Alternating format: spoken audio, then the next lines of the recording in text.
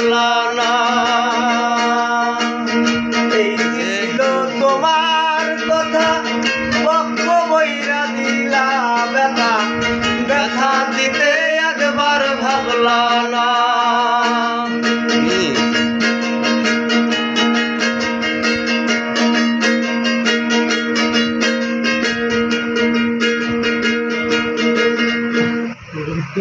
ওই যে নিজে ব্যথার গন্ধ নিলেন, এটা ধরবেন না, আপনি ওটা ছেড়ে দেয়, ওই টান ছেড়ে ধরতে পারি তো।